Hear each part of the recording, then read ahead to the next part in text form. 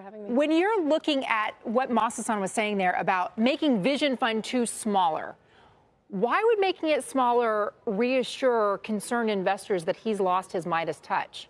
I think it's just buying him time is what it sounds like he's doing. I mean, he came to market several years ago with this $100 billion fund. It was something we've never seen before. He's taken these massive bets on companies.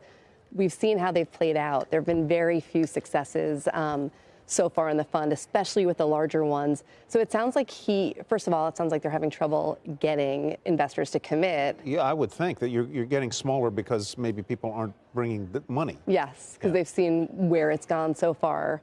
But to start with a little bit and see if they can buy themselves some time, maybe some of these bets will pay off and maybe people will give more. The bets that have not paid off are high profile, WeWork and Uber. Where has it made sense where they've invested? Where have they made the money that they expected to? Sure. They made smaller bets on a handful of companies. Guardant Health is one, another company named 10x Genomics.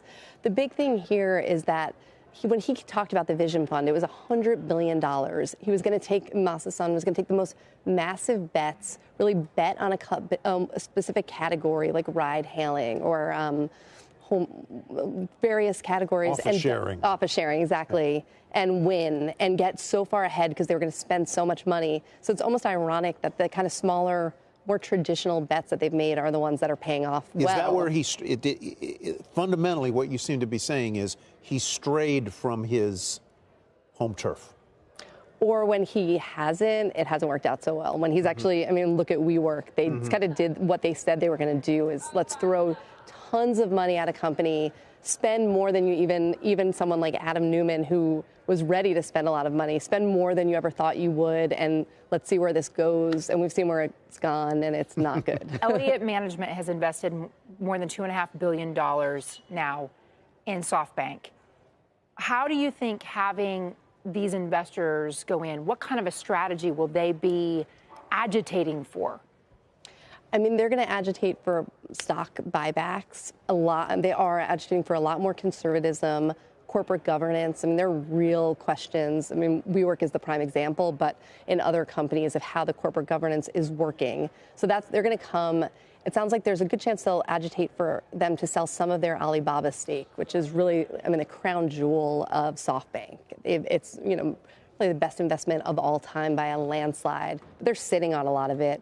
So that's one piece where there's an Is that Elliott's end game here, to get them to return capital to shareholders, to sell assets to do that? Is that how they make money? It seems like it's a big part of the play to go in there and do that.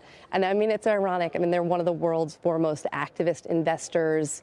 SoftBank has this huge vision. There's always been this sort of push and pull between the long-term vision and activist investors, and we're going to watch that play out now. Can I ask you about Airbnb? This was supposed to be a real departure from Uber and WeWork because it's already profitable. It was profitable. What's happened? So we've learned that this year they've racked up net losses, especially what we reported in the Wall Street Journal was the first 9 months of this year. They've net losses. Previous year it was in positive territory. So it's a concern for investors. Clearly, public market investors have been very worried about unprofitable companies. And Airbnb, as you said, was going to be this one profitable company. It was going to be very different. It is very different. They have a lot of cash. They could very likely do a direct listing. They might not need money, but still, it's the optics of it. And it's concerning. And it's struggling under coronavirus right now, too.